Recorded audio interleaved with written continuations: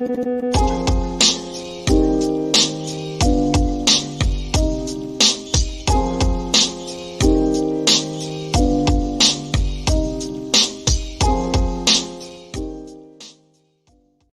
Hagman returns to CBS as Judge Luther Charbonnet in a powerful new dramatic series. You wouldn't be offering my colleague a bribe now, would you?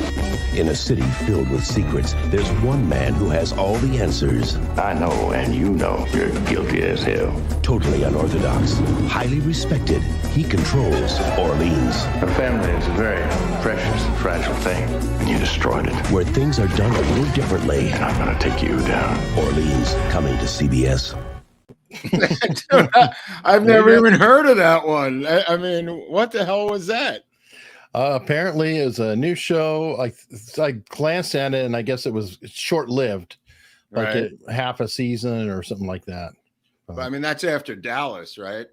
I think so. Yeah, they're trying to reenact Dallas there a little bit with JR, but he's a judge. There you go. He's that kind of judge, though. He's a Southern judge. Yeah. Well, he was take no truck. Dude, that's ridiculous. I mean, I don't know how he stumbled onto Hagman, but I think it was because he was in the movie Nixon. That was a link to G. Gordon Liddy, Eric.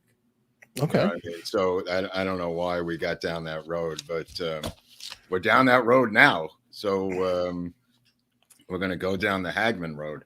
You know, it's funny because people think, you know, Larry Hagman, JR, or a Dream of Jeannie, and that's all there is to it.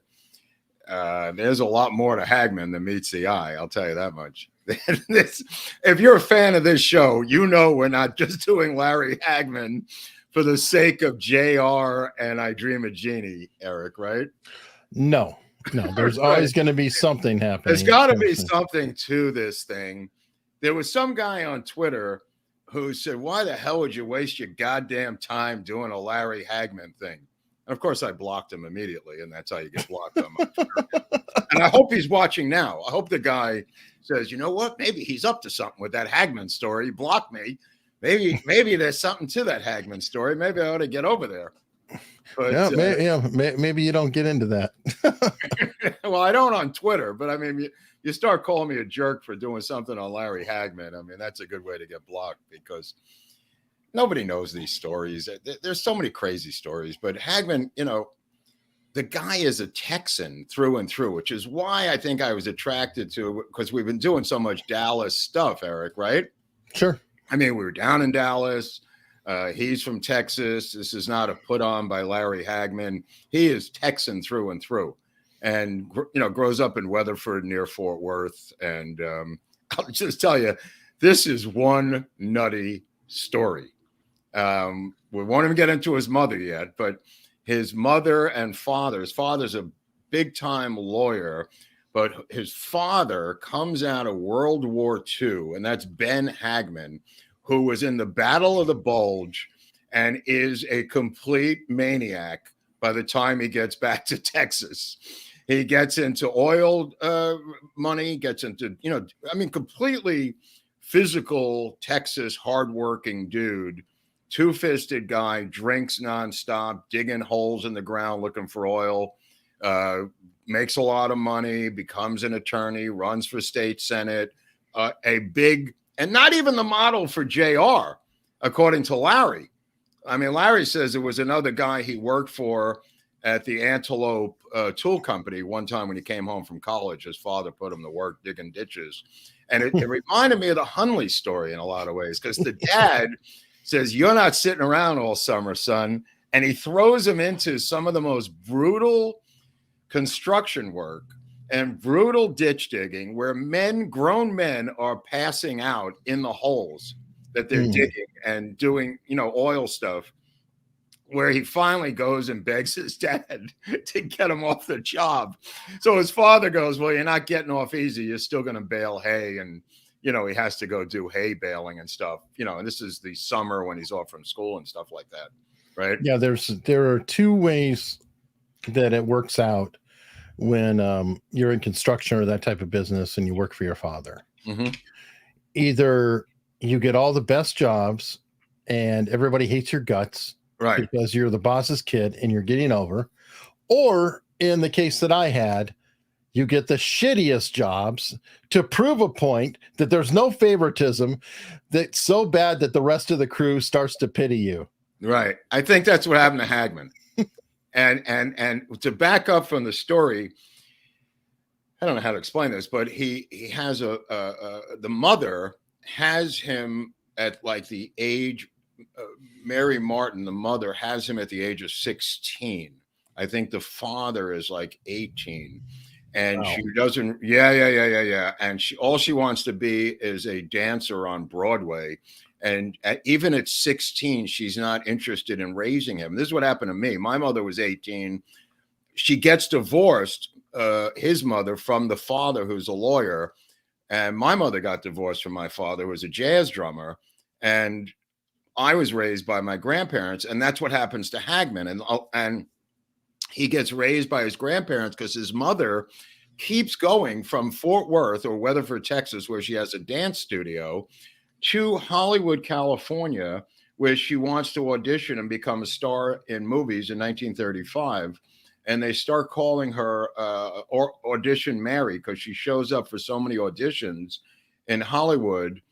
She gets the divorce and moves in with a girlfriend in an apartment building that's really close by here, which is still there, an old Art Deco, like an 11 or 10-story building. She moves into it. It's called Highland Apartments, Highland Towers. It's still there on Franklin and Highland, near the Hollywood Bowl. And it's old world luxury type building. And she moves in there. It's got like 3 bedrooms, 4 bedrooms, huge place. And she moves in with her girlfriend and gets divorced from Ben Hagman, the guy that you see in that outfit.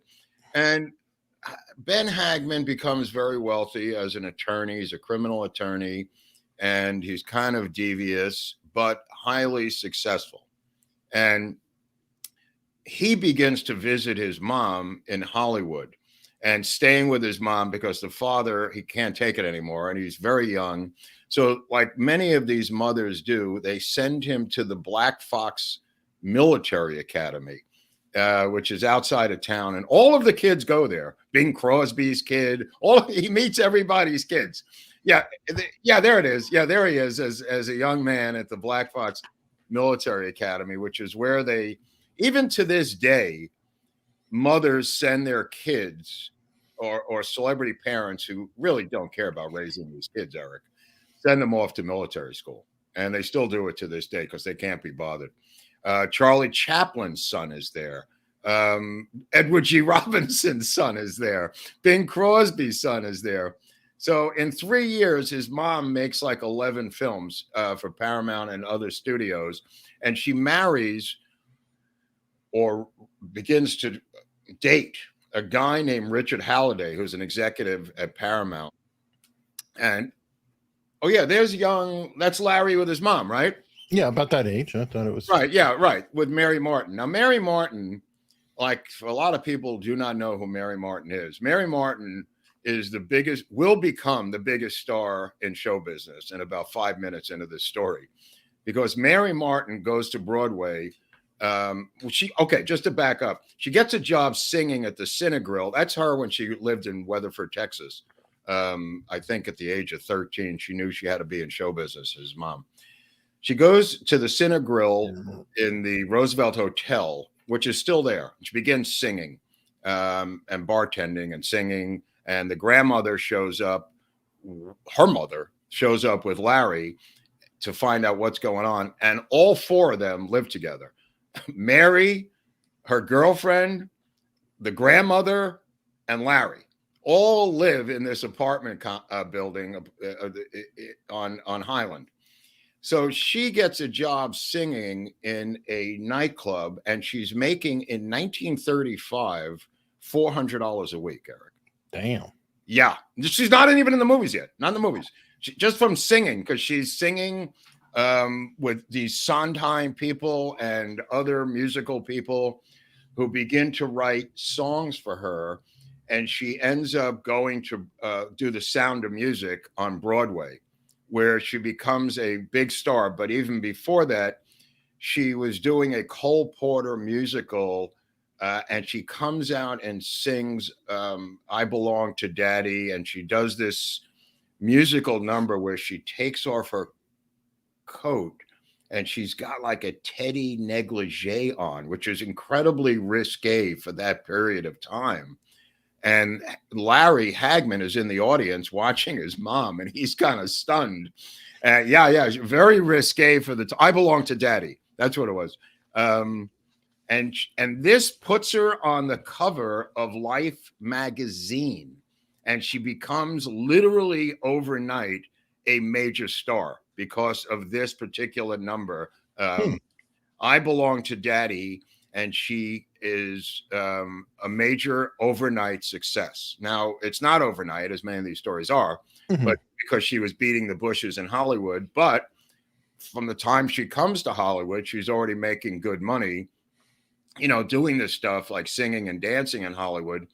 So Larry, you know, is going to the Black Fox Military Academy, and he goes to visit his mother, and she sends him to the Woodstock Day School in Woodstock, Vermont, where they send a lot of these preppy kids, you know what I mean, who are in New York. It's kind of, he goes to Trinity, actually, and then goes to the Woodstock Day School up in Woodstock, Vermont. So it's two steps of New York preppiness. He not only does that because he's living with his mom and she's living on Fifth Avenue. This is a photo of his mom with, I think, Richard Halliday. Okay, so Larry hates this guy's guts, and this guy hates Larry's guts. You know, Larry looks happy there. Yeah, he literally hates this guy's guts, and he's a dick. He's a total dick, and he becomes estranged to his mom for a number of years because, like in many of these stepfather scenarios, they don't get along, and the mom sides with the guy and throws her kid under the bus, which is what Mary Martin did. She treated Larry like a piece of garbage and sided with Richard Halliday, who was this, you know, sketchy Paramount studio executive douchebag. You know what I mean? But his father is a real Texan, and I mean that in a good way. You know, the father, even though he's a total alcoholic, gun shooting maniac, teaches Larry how to hunt and teaches Larry how to do everything. He comes back for the summer to move in with his dad, and he says, "What am I going to do, Dad?" He goes, "Well, I don't know, but you're going to have to play football." He goes, "Football?" He says, "Yeah, every man plays football in Texas, right?" So he goes to Weatherford High School, enrolls at Weatherford High School, and he's got to play football. And his father says, "You got to play football, or he breaks his ankle playing football, really makes the team. He's on second string, and he breaks his ankle. He's gone on crutches, but girls really like that he's on crutches. So he starts getting a lot of hot chicks in Weatherford High School. So his dad says, "You ain't getting out of this." He says, "You got to do one thing or another." He says, "What's the other?" He goes, "You got to learn how to box, boy." He goes, "What?" He goes, "Yeah, you're going to be in the Golden Gloves." He goes, "I don't know anything about boxing." He goes, "That's all right. I got a coach." So this burly maniac coach comes out, an older guy, but he's not that, you know, he's like in his 30s. And he starts punching Larry in the face, right, with these boxing gloves. So who is it? It's an early version who's later going to be Congressman Jim Wright, the Speaker of the House of Representatives from the state of Texas. That's who Hagman's boxing coach is. He's going to become an LBJ bagman, Jim Wright, who would shuffle defense contracts to LBJ and was Speaker of the House. That's why I wanted to get into this story, because it has a lot of tentacles of things you and I have been talking about, Eric. You know what I mean? That's crazy. So Jim Wright, the future congressman and Speaker of the House, now becomes Hagman's boxing coach. So now Larry's in the ring, and he's really becoming a man. They take him on a hunting trip, and he's got this .22 rifle, and he really gets good at shooting. Because keep in mind, he's gone to the military academy, and you know he's learned how to shoot, and his dad teaches him how to shoot. And he shoots a giant buzzard out of a tree with one shot. And his dad goes, "You're some kind of an idiot, aren't you, boy?" And he goes, "What?" He goes, "Now we're going to have to eat that goddamn bird." He goes, what do you mean? He goes, this is Texas. Whatever you shoot, you goddamn better eat. Now they're eating this disgusting buzzard. His father makes him cook in the middle of the woods, right? Which is really hysterical. And his father goes, you learned a valuable lesson, didn't you, boy? Whatever you're going to shoot at, make sure you're going to eat.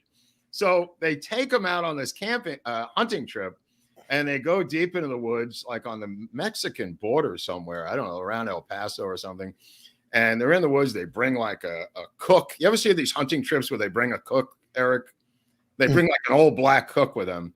And, well, no, I haven't actually. I've heard of it, but no, it's not. A little out of my stratum. Okay, so you didn't do this as a kid. Okay, no. So they bring the black cook, and everything they shoot and kill goes into the pot for them to eat. So Hagman kills like 7 squirrels in 5 seconds out of trees with his 22. And Dad goes, good shooting. Now we're going to eat them squirrels.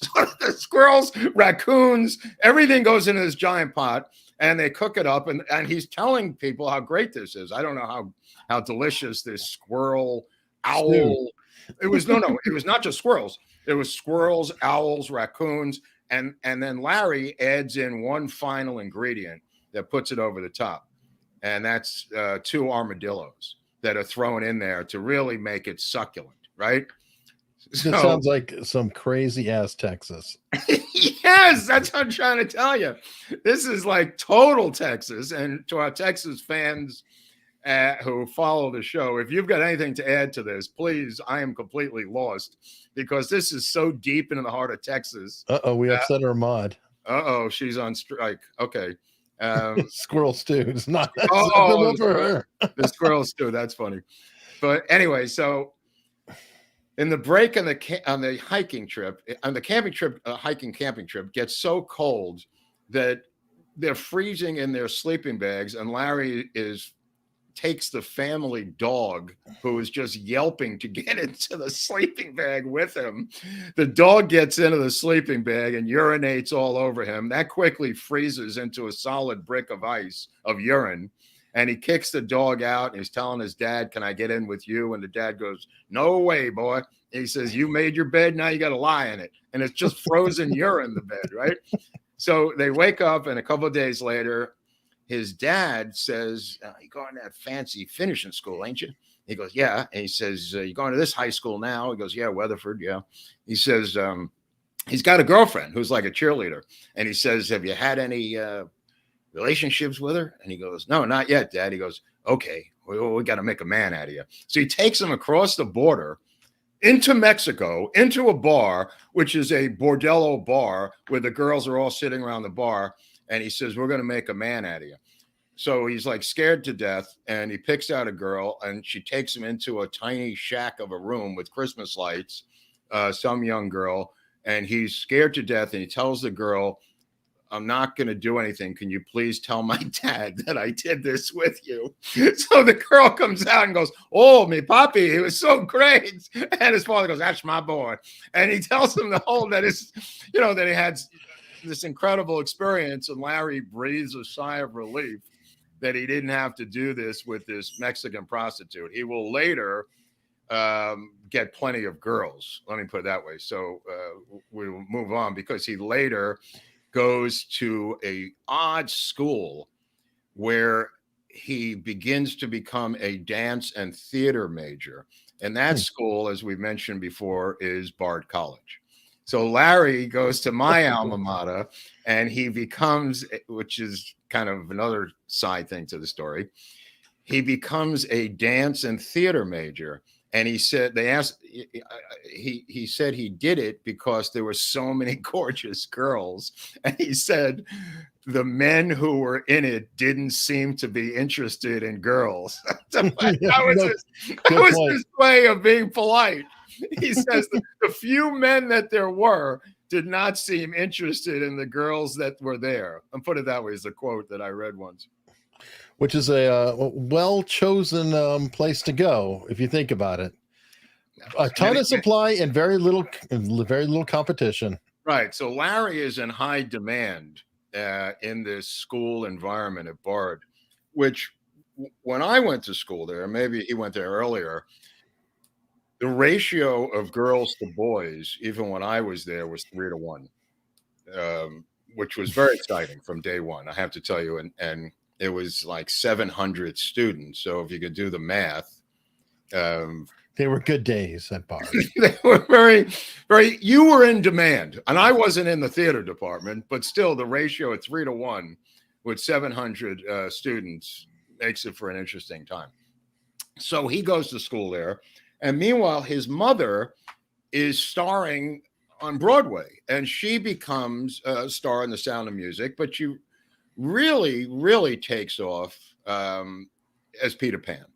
And that's where Mary Martin becomes one of the biggest stars on the face of the earth because of Peter Pan. Peter Pan not only becomes one of the biggest hits in Broadway history, it also becomes an NBC Christmas special with Mary Martin that's filmed in color, which is early color, I think, in 1965. And that's Larry with his mom, probably around that time, right? I don't know. I think so. Right. Okay. So I don't know what the year is there, but he goes down from the college and he takes the summer off and he goes across the river like I did to Woodstock, New York, and he joins the Woodstock Playhouse. Which was a repertory company in Woodstock with a theater in the Round, very nice building there in Woodstock, New York. And he then continues to practice theater. And his career is going to take off. Oh, yeah. His career is going to take off, except it's interrupted by dun, dun, dun, dun, the Korean War. Dun, dun, dun, and he has to join. And, otherwise, I think he got drafted. He got a draft notice. And he goes to the draft board, and the guy sees that he's in dance and drama. And he says, "Why don't you just say you're homosexual, boy?" And he says, "I can't do that, sir." He goes, "Come on, you can do it. I'll get you right out of here." And the guy's like trying to help him. He's trying to help him. And he says, "I'm not a homosexual." He goes, "So what? Just say you're homosexual. Nobody's going to know the difference." He goes, "No, I can't do that." And Larry says, it's such a stigma. Not that it's Back not. then it was. Right. This is 1952. You know what I'm saying? And it's such a stigma that Larry doesn't want it on his record. Wherever that record's going to go, it's going to follow you, right? Oh, yeah. Well, I went in 92. As a homosexual. No. Oh, I'm sorry. That was your time. But in 92, if somebody declared themselves gay, they were out. Well, he said in 1952 they could have. That's why I said 40 years later, it was still not acceptable. Mm-hmm. Remember, this is before Don't Ask, Don't Tell even. Mm-hmm. So I'm just pointing out that, yes, in the 50s, it was really bad because it would follow you for life. You would get a general under honorable conditions, or it wouldn't be other than honorable. Yeah. What is that? Your record. Yeah. It's some kind of condition, though, right? Yes. Yeah. I mean, it's just, I think it's general under honorable conditions, but still, anything other than honorable discharge. That's right. You just want honorable discharge. That's the good one. So he gets shipped to London, where after some chicanery on his part, he begins to produce shows for the men, for the troops, and begins to put on theater. And he works his way into becoming the director of all entertainment for U.S. troops in England and UK. And who comes over to do theater in UK? His mother. And she's doing The Sound of Music, and she's doing these shows. And who wants tickets? The generals. And who do they have to see? They have to go see this. He's in the Air Force, by the way. So whatever the private first class is of the U.S. Air Force, that's his rank, Eric. Airman first class. Right. So he doesn't even have to wear a uniform. He gets his own apartment. He gets a staff. He gets this Austin Healey car. He's driving around. And he's dating all kinds of hot girls, right? So one of the hot girls he dates, he's got like a crew, is this girl. And you ladies at home may know who this is. This is an obscure woman named Joan Collins. And he dates her. She's 17, and he takes her out. And then he also dates her obscure sister, Jackie Collins. So Larry's not doing so badly, despite the Mexican whorehouse debacle a number of years, 5 years earlier, 6 years earlier. He's now running around London like James Bond or something. Oh, that's the one I love. That's my favorite photo of Joan Collins. You could see why Joan Collins became Joan Collins from that photo. And that's when Larry was dating her at that point. Now he meets a Swedish. Oh yeah, that's I love Joan Collins. Oh, for the love of God. He meets a Swedish.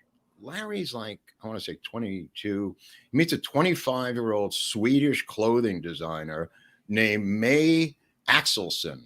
Now, May Axelsson is working in London, and she's designing, I think, dresses, and she's built like, a Swedish bombshell, this woman. And she begins to date Larry Hagman. And Larry Hagman has got to go around Europe, disappears for months at a time, looking for different musical and theater acts around Europe to put on these shows. And this is the greatest job. He said he had the greatest time of anybody in war history. It's kind of like MASH, you know what I mean? But it's like, there's nobody fighting in London. They're fighting obviously in Korea. Right. You know what I mean? So it's not like anybody's bombing London or anything. But this woman, May Axelsson, who is Swedish, becomes his love interest, and he asks her to marry him.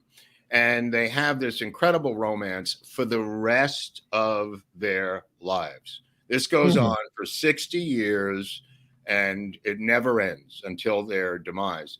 And he marries her and takes her back to meet his father. His father. Now, the Hagmans are of Swedish extraction, Larry. That's why the Swedish thing. Larry Hagman goes to Sweden to meet her family, and they make him drink this milky, syrupy food called like filmjölk. If anybody's from Sweden in the comment section, please tell me what this milky, syrupy thing is. It's like a milk soup called filmjölk. Yeah. And he said, like, you go to spoon, it's milk, and it's like stringy. He said, I just can't eat this anymore. It was just ridiculous. So he takes her back to Texas to meet his dad. So the dad goes, the dad is just like a hardcore drinker. And I mean, just he would drive his car into a house and leave it there for 2 weeks, somebody's house, or, whatever. There was a case he handled where a guy shot off a gun in a bar, Eric, and the bullet went through the wall and killed a woman in the driveway of the bar, having nothing to do with the bar. And he fired 3 shots, the guy, in the bar. One of them went through the wall. Larry's father, before the guy's even arrested, drives to the bar, digs out 2 of the bullets out of the wall, and goes and makes a case to get the guy off, saying it was 1 shot only, accidental, and he gets off for accidental homicide. When it was really 3 shots, and the guy was shooting nonstop in the bar, like, ee-hoo. So anyway, he was that kind of a criminal attorney. So he talented, extremely talented for his clients. So she comes back to meet the father, and the father looks at her and says, what kind of a knife thrower are you? To his wife, right? She goes, knife throwing? She goes, you know how to do knife throwing? She goes, well, I could learn. Takes her outside, and he's chucking knives into a tree. So she says, I could do that. So she takes the knives and chucks them into the tree. So he says, well, how are you with tomahawks? And she says, well, I've never thrown a tomahawk. And he goes, good time to start. So he's now throwing, you can't make this up. He's now throwing hatchets into a tree, right? So she does it, and she throws these hatchets into a tree, and they stick. And he says, okay, what kind of a shooter are you?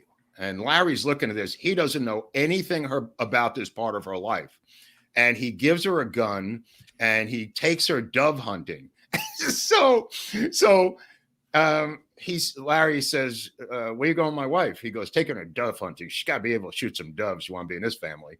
So she shoots like 12 doves out of the sky with 1 shot each. And the guy goes, all right, you're my daughter-in-law. He brings her back, turns her back over to Larry, and all the doves are, their heads are blown off. You know, they're completely a bloody mess. So Larry tells her the story of Easter Sunday when he was a kid in that apartment building I told you about on Highland. And it's Easter Sunday, and he's 7 years old, Eric, right? Which one is this? Which photo is this? This is her and him. Oh yeah, that's years later. That's years later. It is. I can't find anything early. So this no, that's fine. That's fine. So he tells her this story of Easter Sunday. He wakes up with a ribbon in his hand. He's 8 years old, and his mother's there with his mother's girlfriend, who is her sidekick or something. And they say, Larry, pull the ribbon. And he goes, what? And he goes, come on, Larry, pull the ribbon. So he starts to reel in the ribbon from his bedroom, and the ribbon goes into the living room, and he reels that in, and the ribbon goes into the dining room, and he continues to reel that in. The ribbon goes through the kitchen, and he continues to reel in the yellow ribbon going through the kitchen. It's going through the whole apartment building, right? The whole apartment. And goes through the kitchen and goes through the dining room. And finally, he reels enough ribbon in where it goes to the front door. And he opens the front door, and there's his Easter gift, right? And it's a bunny, a bunny. Unfortunately, the mother left it out overnight, and coyotes bit the head off the bunny, and there's blood everywhere. Oh my God. No. So he's completely traumatized at the age of 7 to the Easter bunny's head being ripped off by coyotes and the blood everywhere on the front steps. Can't make this up. So he's telling her this story because she just blew the heads off of 12 doves, and they're now having dinner with the 12 doves in Weatherford, Texas, to make a long story short. Anyway, so they begin to develop a life together, him and his wife, and they really do fall in love. And he begins to get a couple of movie parts. And he starts out, there's a couple of little things, but he starts out with a 3-episode thing in a show that I don't know if anybody's heard of called Sea Hunt with Lloyd Bridges and his young boys, Jeff and Beau Bridges. So Larry gets a part in this show, and they like him. They bring him back like 3 times.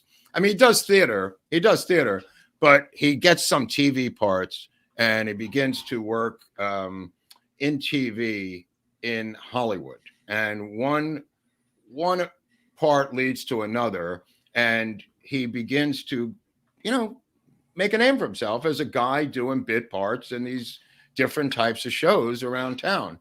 And very impoverished.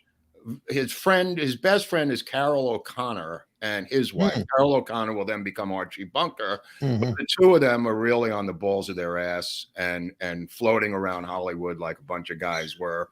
He meets another guy named Peter Fonda, who he knows is Henry Fonda's son. Obviously, this guy's not on the balls of his ass.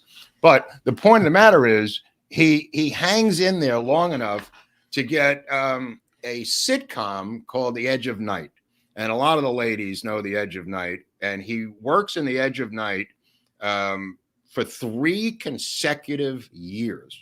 And that's 26 pages of dialogue a day, 5 days a week. And you can hone your craft in a not a sitcom, a soap opera. Did I say sitcom? Yeah, I think so. But yeah, I meant soap opera. It's The Edge of Night. So a very famous soap opera. And he plays this character who's a cop going to law school at night or something, whatever it is. But in that, he's able to hone his craft because you cannot take a day off and you're constantly given 26 pages of dialogue. It's not all your dialogue. He said, but you have to know everybody's dialogue because people would forget their lines. Because it's so crazy that you had to know the other guy's line to give him a cue going, that's right. You left your wife, Bob. And the guy goes, oh, that's right. I left my wife and now she's dead. Well, how did she die? And if you watch soap operas, you can see this. They're so badly prepared, and it's kind of a joke, where they put the dialogue everywhere, the back of the camera, the back of a guy's head, because they can't memorize it that quickly. And you don't see that in the show. No, the cheats. The cheat sheets are everywhere. And he talks about that, over the years, how he had to try to memorize this stuff. He put it on a tape recorder and then go to bed with the tape recorder playing in his head while he was sleeping, but he didn't get any sleep. Mm-hmm. So it becomes a fait accompli. You got to just really be fast on your feet and be able to wing this thing, you know, and improv. You have to improv. And look, it's not like it's written in the Bible. These words are kind of meaningless. They're just trying to keep the storyline going. A lot of these shows ran for 25 years, you know. Oh, he also said you had to know all the storylines of all characters, and they all had these long storylines. But the reality of it is he hones his craft there long enough to be offered a sitcom pilot. And that sitcom pilot will come in a couple of years. But before that, he gets an offer to do a film in 1962. 1962. It doesn't come out till 1964. And there's a reason it doesn't come out till 1964. And I'll explain that. He runs into a guy from TV who he knows, a director. And the movie is called Failsafe with Henry Fonda. And the part is given to him by the director. Mr. Chairman. Sorry about that. No. I don't know if you have a clip of it, but I do. Oh, let's see. Let's take a look. All right, hang on. Oh, cool. That's really cool. I was just pulling it up to. Accidents will happen. I won't accept that. All I know is that as long as we have weapons. All I know is that men are responsible. We're responsible for what happens to us. Today we had a taste of the future. Do we learn from it or do we go on the way we have? What do we do, Mr. Chairman? What do we say to the dead? I think if we are men, we must say, this will not happen again. But do you think it possible? With all that stands between us. We put it there, Mr. Chairman, and we're not helpless. What we put between us, we can remove. Mr. President. Yes, Jay. I can hear the sound of explosions from the northeast. The sky is very bright. All lit up. That's a bad day. Yeah, that's a good one. Just to give you a backstory on this. This is a 1962 Cold War classic film with Henry Fonda. Walter Matthau is in it. And Larry Hagman is playing the Russian translator for the President of the United States, who is Henry Fonda. And the storyline of the movie is that because a runaway American bomber is unstoppable and is going to drop a thermonuclear bomb on Moscow, Fonda is talking on a multi-party line with the premier of Russia, also the U.S. ambassador who is in Moscow. And he's saying to him, when you hear this high-pitched siren, that'll be the bomber getting through. The phone will heat up and melt. And the last thing you're going to hear is the melting of the phone. And when we hear that sound, we know that you'll be dead. And the ambassador is listening to this on the other line. And Larry Hagman is translating from the Russian premier to the president in real time. And the guy is completely agitated because this bomber has gotten through Soviet air defenses and it can't be stopped. And that's not really all that Fonda is doing. What Fonda does is I don't even know how to explain this. He tells the Russian premier that to avoid World War III, and it has some overtones to today, which is why I wanted to show this clip. He gives up the city of New York, and he is going to bomb New York City and wipe it off the face of the earth in exchange for Moscow. And that's the deal, and that's the apex of the movie. And not only that, what Fonda is told, and he already knows by Hagman, and he knows it, of course, is that his wife and kids are in New York. And he kills his own wife and kids. And what Hagman does is he translates it to Fonda. And it's an unbelievable part. I mean, it's an incredible part for Larry. And he learns stuff from Fonda on how to be a movie actor, which is where I wanted to go with this thing. Because trying to be smarter than he was, Hagman decides to smoke in the scene, a cigarette. Real cigarettes. And because it's movies, which he's not used to, because of continuity, he has to smoke 5 packs to do the scene because they keep coming out and clipping the cigarette for continuity. And he's coughing and he he smoked for a long time. And the reason he smoked, because he was in high school and there was a girl who was 16 and he was 14 and she was smoking. And she said, "Do you want to try a cigarette?" He goes, "No way, I don't smoke." And she says, "I'll let you touch my breast." And he goes, "I smoked for the next 30 years. And this is part of the smoking life of Hagman. So Henry Fonda says, "Let me give you some advice." He says, "Don't smoke in a movie." He says, because of what I just said. And he said, also, don't use your hands. Don't act with your hands. And Hagman was acting with his hands. And because you act with your hands, they can't match the continuity in the hands of the scene. So he learned these 2 valuable things, both of them really involved in continuity and movie acting. Don't ever move your hands, and don't smoke. And he never did it again. And he learned that from Henry Fonda, whose son, Peter Fonda, will later become one of his closest friends. Easy Rider. And right. Well, he will hang out with that crew later on in life when he moves to Malibu. But right now, in 1962, he does that movie, and he can't wait to have it come out. But it doesn't come out. You know why? Because Columbia Pictures owns it. And Columbia Pictures will not release it for 2 years, until September 15th of 1964, because on January 29th of 1964, they release another film that they own, and that's called Dr. Strangelove with Peter Sellers. Same exact film as a social parody, as Failsafe, and they own them both. And that's why they didn't want to release Failsafe before they released Dr. Strangelove.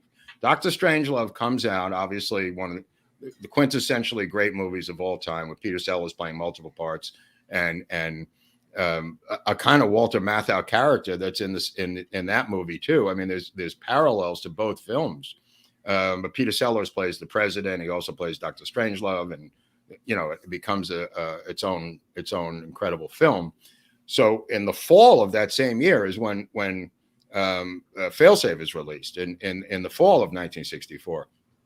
But a year, and that becomes a huge thing and gives Larry a lot of momentum. He ends up getting a part in a movie called Ensign Pulver in 1964, which is a sequel to Mr. Roberts. If you remember Mr. Roberts, that movie, this is a sequel. This one has Jack Nicholson in it and a bunch of other guys. He then goes back to Malibu, where he gets offered the thing that I was going to tell you about, which is I Dream of Jeannie. And I Dream of Jeannie shoots a pilot in 1965. He is Captain Nelson in the beginning, Eric, and he gets promoted to Major Nelson. So it's kind of an interesting promotion. Yeah, this is a very simple plot. Sidney Sheldon, it's very, very simple plot. Finding a bottle on a desert island. He's he's from Cocoa Beach. He's in the Air Force like Larry was. And he finds the bottle, rubs it. She comes out and says, "I must serve you the rest of my life, master." Hence the entire show. And it starts out where Hagman is really a straight man, but Hagman won't leave the script alone and tortures them into making him the love interest of Jeannie. They will later, the show runs for 5 years on NBC, 65 to 1970. And later becomes her lover. I think they got married, but they must have, because he's her lover, right? And they kept worrying about saying, "I'd like to serve my master." It's like she had all these lines that drove the censors crazy at NBC, and her belly button was involved. And I'm trying to remember all the crazy crap that happened with I Dream of Jeannie. But to get into the dirt on I Dream of Jeannie, which is why everybody's watching this, Larry Hagman begins to take a lot of amphetamines, and he loves amphetamines, and he goes crazy on amphetamines, and he goes so crazy that he's suspended by I Dream of Jeannie from the show, and they said, "You're going to have to go away to rehab or something, because you can't come into the show anymore." So the next day he shows up at the gatehouse at the guard, and the guard's like, got a clipboard. and he says, "I can't let you in, Mr. Hagman. You're suspended. You're not on the list." So Hagman's wearing in the car a full gorilla costume. He drives to the lot. And he drives to the lot in a full gorilla costume, figuring the guard won't recognize him and think he's there for something as a gorilla. But the guy says, without skipping a beat, "I'm sorry, Mr. Hagman, I can't let you on the lot. You've been suspended by the studio." So Hagman goes off and wears the gorilla costume all summer in Malibu. He later switches to a chicken outfit. I don't know about the transition, but the gorilla costume is worn by him for the whole summer. He then switches to the chicken costume, which is going to come up a little in the next summer, I think. And he takes a vow of silence, which he keeps, I think, for over 25 years. Don't ask me why, to never speak on Sundays, right? And this is some sort of made up spiritual mumbo jumbo that he comes up with on his own, never to speak on Sundays. And he becomes the mad monk. This is not me saying this. Everyone knows this out here. He becomes what was known as the mad monk of Malibu, where he dresses in caftans and he leads parades on the beach in this chicken costume. And he begins to hang out with people. He begins to hang out with Peter Fonda, who brings him to see Crosby, Stills, and Nash, who brings him backstage to see David Crosby, who gives him Owsley Blue Acid, and Hagman begins to get into the hallucinogenic, lysergic phase of Larry Hagman's life, which he will maintain until the day he dies. His love of hallucinogenics never goes away. From 1967 until 2012. So this guy never buckles, right? He becomes, I don't even know how to explain this. He gets a van on the side of the road. He puts in pillows and curtains and flowers and incense and some music. And he puts a sign up on the outside of the van. He's Hagmanda. His name is Hagmanda, and he puts up a sign that says Hagmanda listens. So for 5 cents per minute, you can go into the van with Larry Hagman, and it's almost like a confessional where he will listen to whatever the hell you're saying. I swear to God, this went on for years. Nobody knows these stories. That's why I'm here. That's why we're doing these stories. So you go into the van with Larry Hagman and you tell him your story, and he doesn't speak. He doesn't speak. So he thought this was going to be a goof, but people come in there and they start saying, "My wife is cheating on me with the priest in town." And they start telling him these incredibly sad and morose stories that they can't tell anyone else.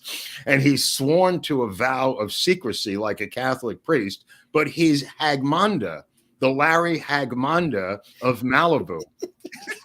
No, Eric, I swear to God. So then, okay, so that goes on for a long time. He quits amphetamines and nicotine, and he kind of like goes back to I Dream of Jeannie. He's back on the set again, and he's now learning how to fly an airplane with his wife, who flies a separate airplane, and they're dangerous. They get pilot's licenses, and they both fly these small planes.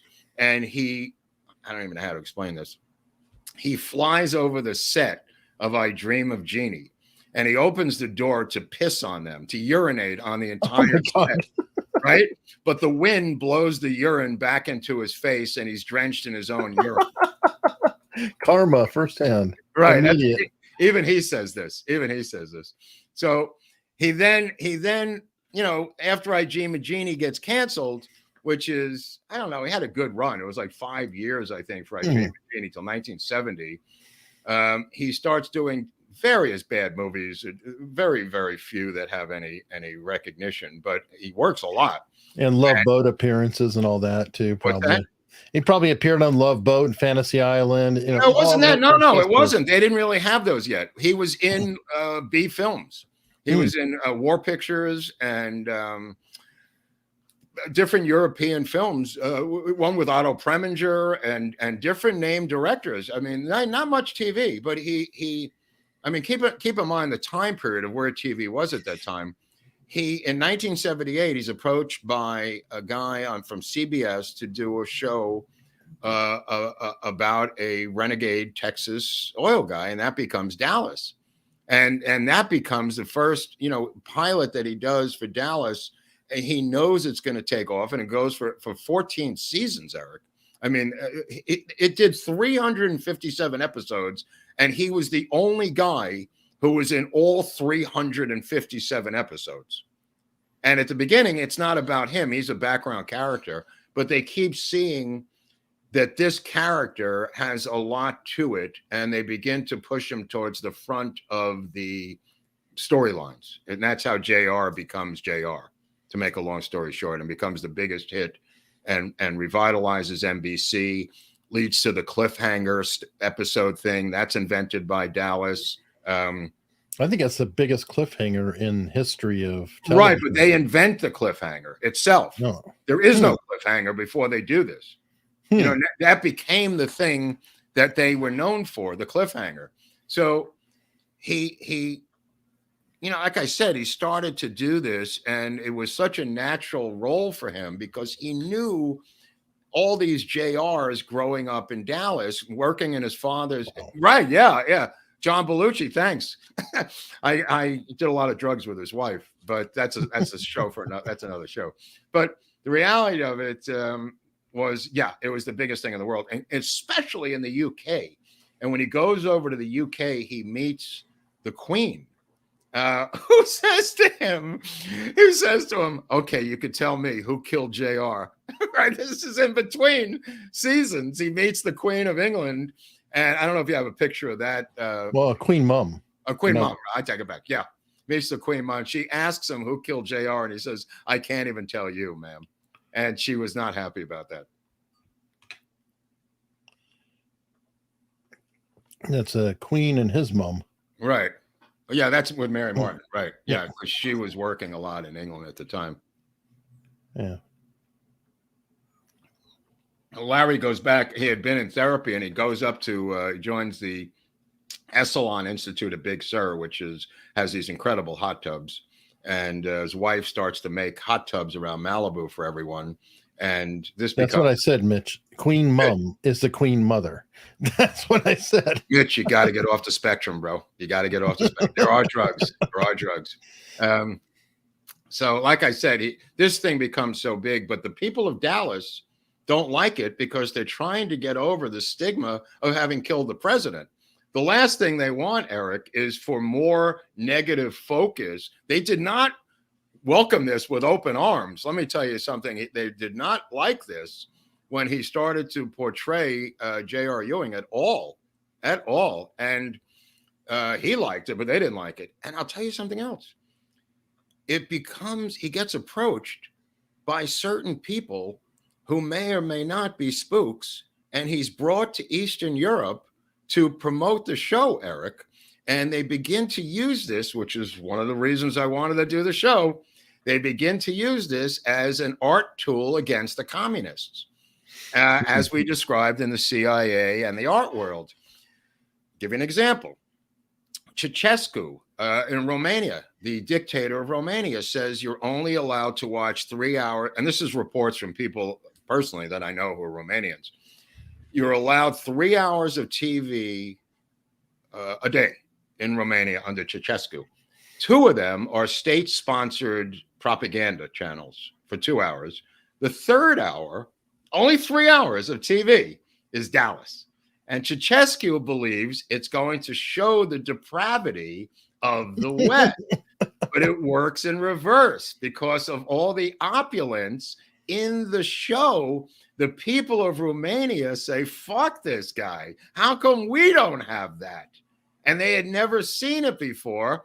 And of course, they shoot Ceausescu, I think, about 500 times when he is toppled. And this begins to spread into the Soviet Union and into other Eastern European bloc countries. East Berlin, especially, because they would just run the television signals And they had a huge problem in East Berlin because they catch everything. And it would be in German too. So it'd be like, oh, here's freedom on your TV. In fact, till the day he died, he was huge in Germany. He would fly to Germany, Larry, just for fan festivals for JR because of the Cold War. Because of the Cold War. And this became a tool of the anti-communist forces that were in our intelligence organizations back then, again, for the 9 millionth example that you and I have cited in this series of art combined with intelligence against the communists and later on using it for other types of methods and different reasons that we have done shows on that you can find the CIA series. But the situation with Larry is he gets this, he builds, his wife actually designs this huge estate up in Ojai that's gigantic. It's absolutely insane. So he tells his wife, you know, I think there's black helicopters in the middle of the night. And his wife is going, oh, you're doing too much acid, Larry. You got to cut back on the acid. He goes, no, her name was Mai, but it was spelled Madge, M-A-J, but it was pronounced M-Y. So he says, no, Mai. Yeah, I think that's Malibu. Yeah, that's not up in Ojai. I think that's the Malibu place. But look at that jacket. Wow, that's incredible. So he says to his wife, I think there's black helicopters flying overhead every night. She goes, you're crazy, right? So they're sitting out on the veranda one morning he's in his bathrobe and she's in her bathrobe. They're having coffee up in Ojai. And what lands on the helipad in the backyard? A black helicopter. And a guy gets out with military shades in a jumpsuit and says, would you like a ride, Mr. Hagman? He goes, you bet your ass I would. And he puts his coffee down and in the bathrobe gets into the black helicopter with his wife's jaw hanging open, goes up for a 20-minute flight over their estate, lands back down. They salute him. And he goes back and has coffee with his wife and says, I told you, honey. And I mean, that is one of the great Hagman stories of all time. So you say, well, how do you know all these stories? Well, Larry and I became very close friends in the late 90s. And Larry told me some of the craziest stories.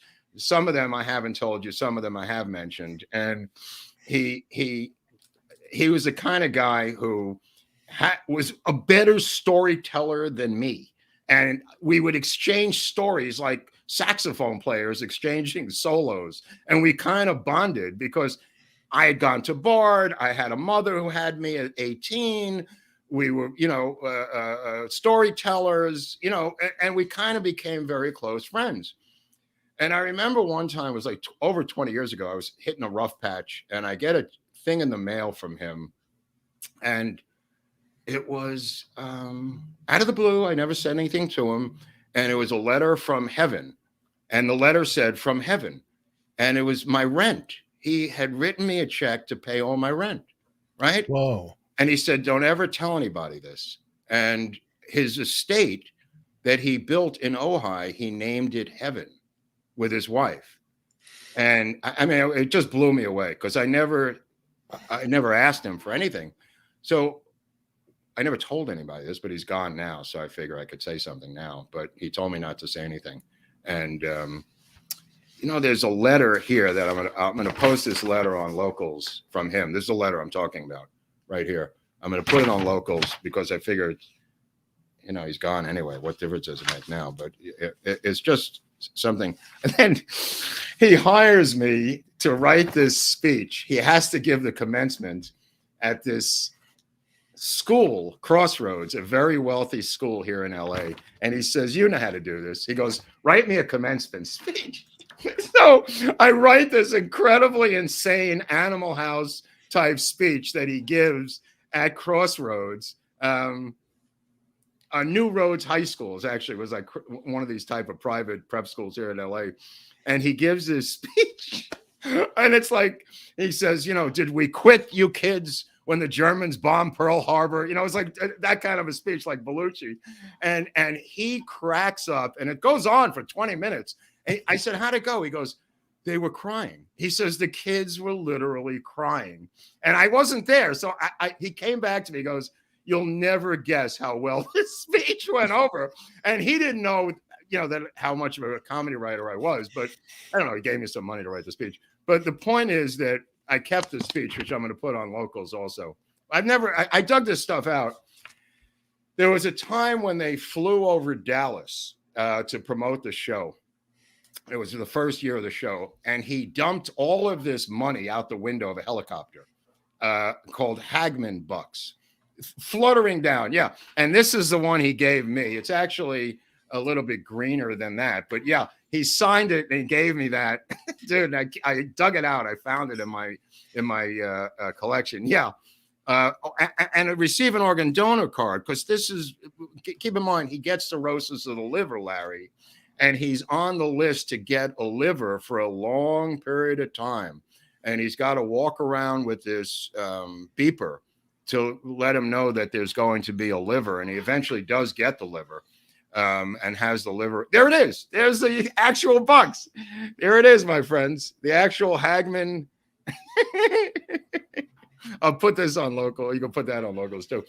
But I'll tell you, great Hagman. There's so many great Hagman stories just between me and him that nobody knows about. He had an apartment in a white, super futuristic building that's on the PCH when you're coming out of Santa Monica, right by the ramp. It's on stilts, and it overlooks the Pacific Ocean. It's right there, right on the beach.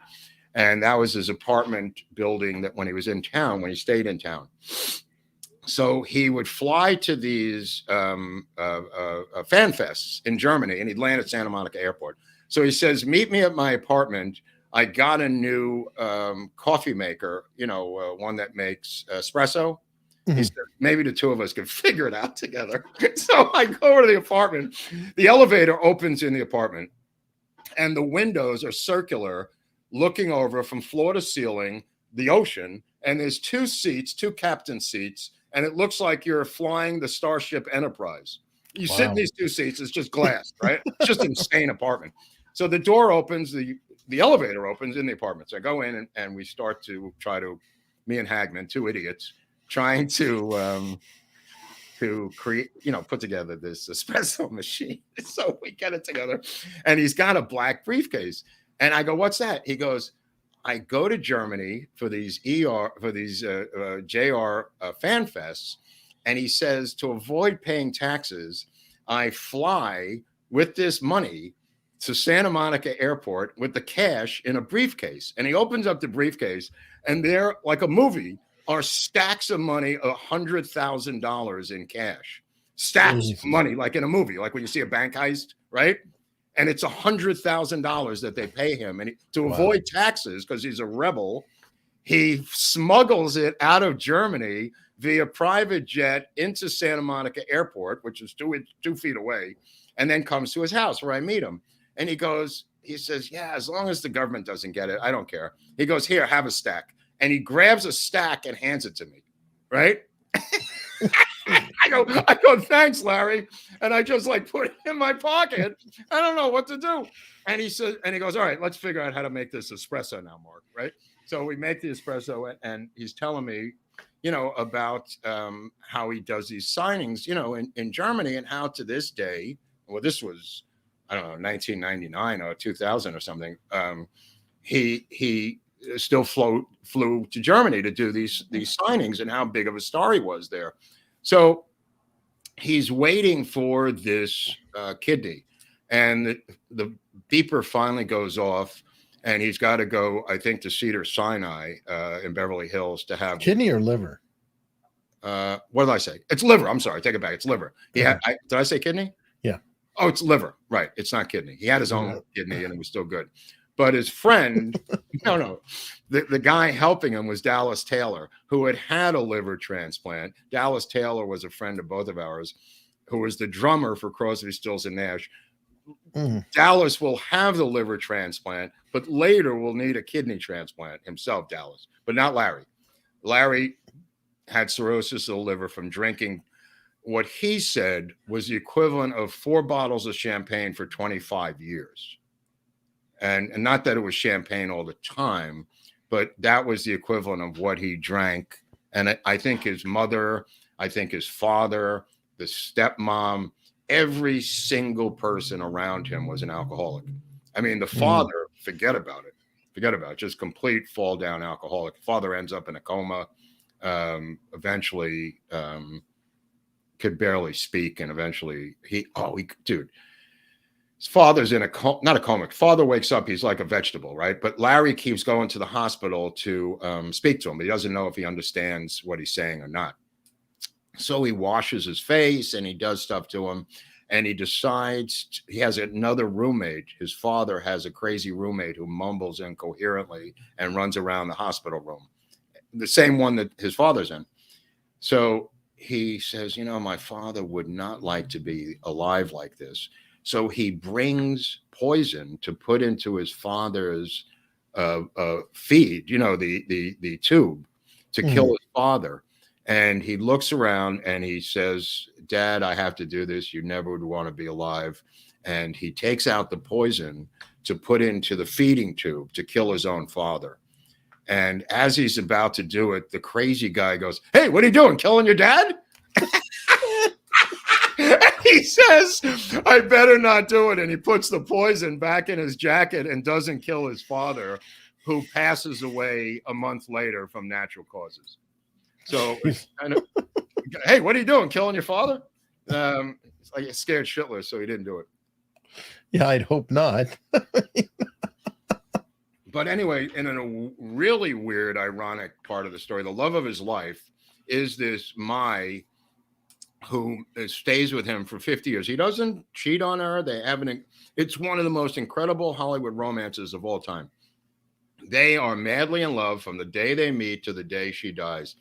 The last 5 years of her life, I say 5 years, it could have been shorter, it could have been longer. She develops Alzheimer's, and it progresses, as many people know about Alzheimer's. So he would be with her at night, and she would begin accusing him of doing things or not doing things.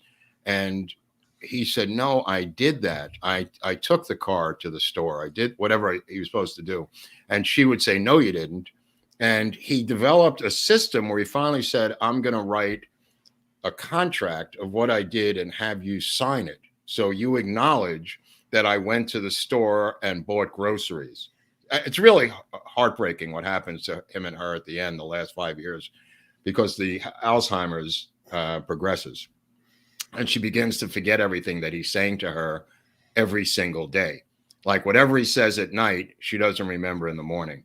So he says it, he writes it down, he gets her to sign it. The next morning she says, you're obviously forging my signature.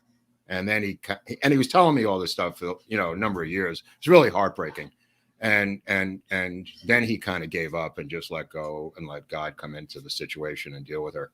But he was ripping his hair out, because, to watch somebody you've been with 50 years begin to descend to where, you can't have a conversation with him. And he has these beautiful children, but they're not living with him and they're not part of his life. It's her and him up in Ojai or in Santa Monica, where he had the other place that I described. And, at the end, she passes away, and Larry, I think, lived until 2012, but I think the smoking eventually caught up with him with lung cancer. I think that was the final cause of death.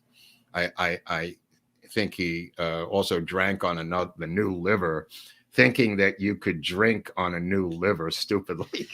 He had this. Oh, yeah, a new filter. No. He had a license plate that said Hag 1. So he was followed by a reporter from the National Enquirer into a bar where he starts drinking on the new liver. And the guy says to him, this is going to be he takes a picture of him with a glass of wine.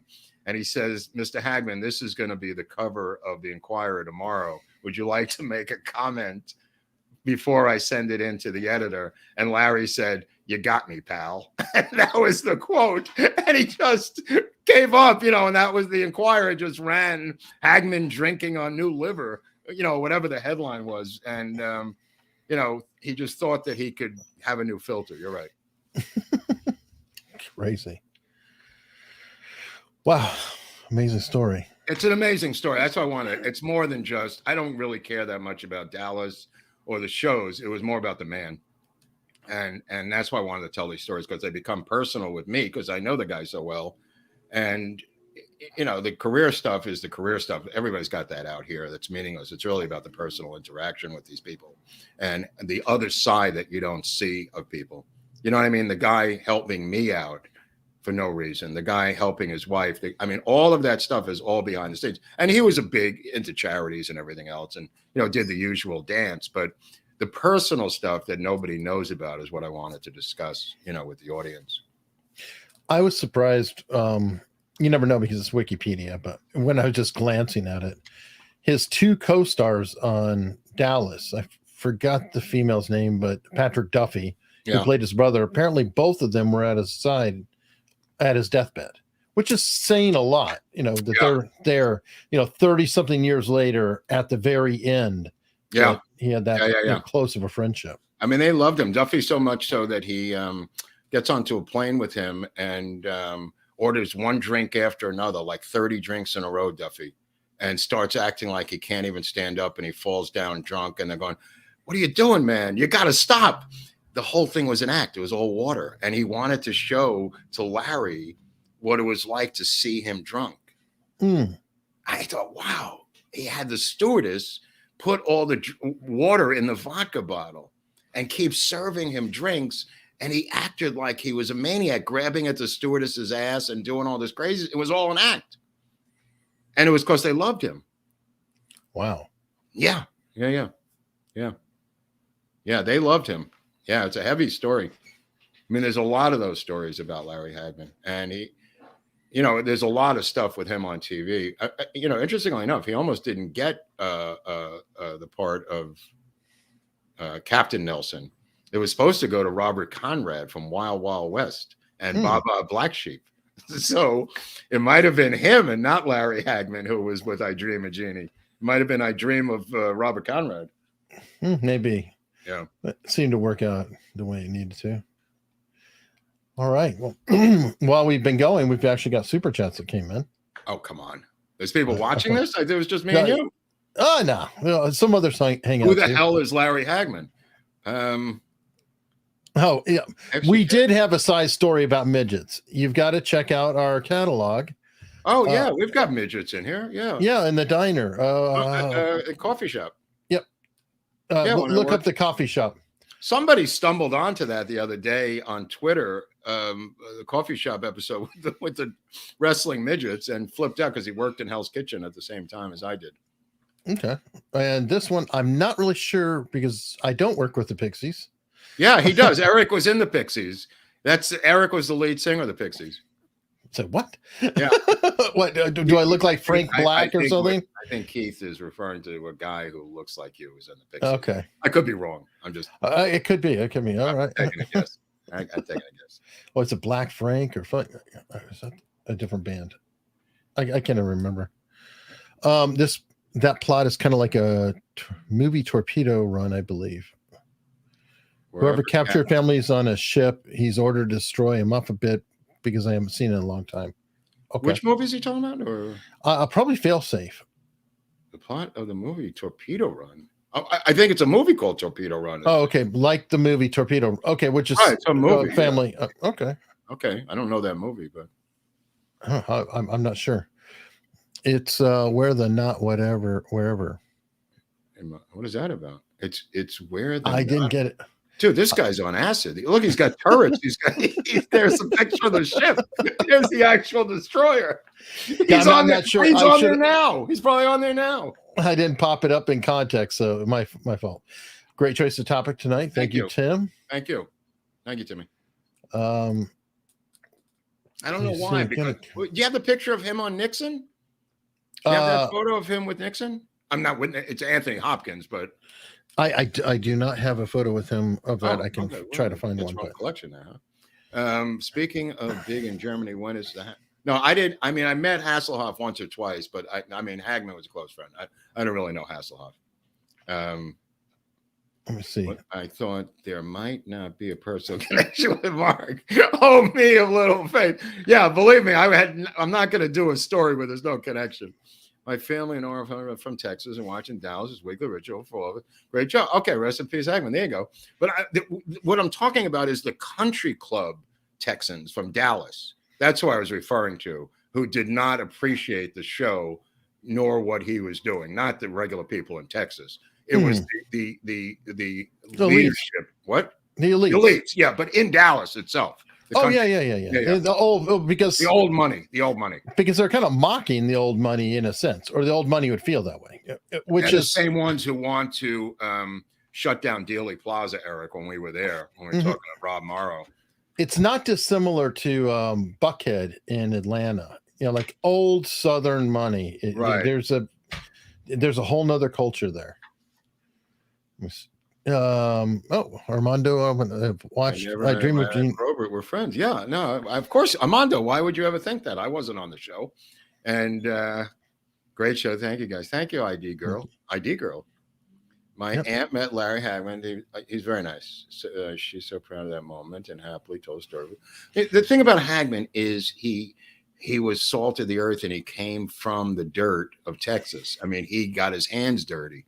You know what I mean? This guy was split between the New York theater world and digging ditches and hunting and shooting guns in Texas. I mean, the dichotomy was enormous, and yet he was able to navigate both worlds. Yeah, well, I mean, because he's a real dude. Yeah. Thank you very much, Norm. Look at that. Norm Henry up on the big board. Go, Henry. Yiddish word of the day. Okay, Pasha, fair enough. Man, hold on. Okay, spritz. We're just going to go with spritzing. Spritzing is the Yiddish word of the day. You guys can look it up. Thank you. Okay. Pasha, that's what it is. All right, so this wraps up here. We can't forget, of course, our Oswald Patsy push. Oh, for the love of God. Yeah, I forgot about that. Dear Lord. Good news. You can find merch links below. If you have to go to the description, it'll be in there. I never know with YouTube. I'm putting it up. Friday is going to be Freeform Friday, I hope. I actually have surgery tomorrow. Dear God, pray for Hunley. He's getting a liver put into his hand. This has never been done before. It's incredible hand transplant surgery. Pray for Hunley's success. This is going to be difficult, my friends. But what are you saying? Friday, you may be. I should be back. On life support? Hopefully, I should be back. Hopefully, and everything else. I might be a little bit grumpy, but grumpy Hunley, grumpy Hunley. Now you can subscribe to the show even if you don't pull through the surgery, right? People can still subscribe. How do they do that, Hunley? There's a button down below. YouTube changed the color, so I think it's black on many systems now, or white, but it says subscribe. If you just hit the subscribe button, it does help. It helps get the word out. Hitting like helps a ton. Right. And then, as Mark said, you're going to be putting a couple things up on locals for I'm going to local be putting supporters. Up some Hagman Flotsam and Jetsam from my personal Hagman collection. Up on locals if you want to join unstructured.locals.com. Some people don't know what locals is, Eric. Locals is best way I could see it is like a private Facebook. Oh, okay. That's a good phrase. I got to remember that. Private Facebook. Facebook. Okay. Right. And what do you do there? You can follow us for free, so you get a chance to look around. And then if you want to, comment and post and do other things, then you pay for support. But you can always follow for free. I always post the show the day of on locals first, and then on Twitter. So you can follow us on Twitter as well. I'd like to add a little anecdote, which I think please. Yeah. Hagman's grandfather was old time Texas too. In 1939, he went back to visit his grandfather and grandmother who had raised him, and he found him in bed with his shotgun. And he says, "What's the matter, Grandpa?" And they had listened to the Halloween broadcast of War of the Worlds, and they believed that the aliens were coming. So his grandfather was in bed with a shotgun waiting for the aliens. Just want to bring that one up. And just a great little tidbit about the power of radio and the power of theater on the radio, which I'm working on now. So it was on my mind when Hagman had told me that story about his grandfather listening to War of the Worlds and believing the entire thing, as many Americans did, by the way, in 1939. Oh, it scared the shit out of people. Orson Welles, of course, Mercury Theater on the air out of New York, broadcast War of the Worlds, and people believed it, including his own grandfather. in Weatherford, Texas. So I you hear these stories of people who did stuff from War of the Worlds, and his grandparents were two of them. So I just found that to be fascinating. Somebody posted on here that they like Locals better than Rumble. I agree. I like Locals a great deal, but then that made me think, oh, I got to look at Rumble. We have a Rumble rant. Oh, what's going on there? Patrick Carey, 82. Said he would have gotten a job with Hoover if he said he was gay. That was back.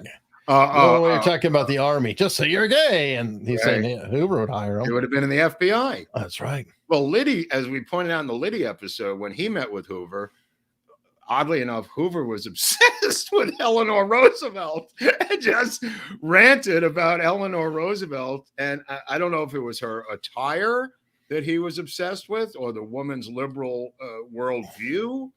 From what I understand, she did some crazy things, like demanding a city built for herself in Missouri or something.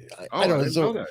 There's this like weird town thing, and she drove a lot of people bonkers. Well, it's odd that she has a lover, a lesbian lover, and he's got the mistress, and he's in a wheelchair. I mean, this is the strangest couple since the Clintons.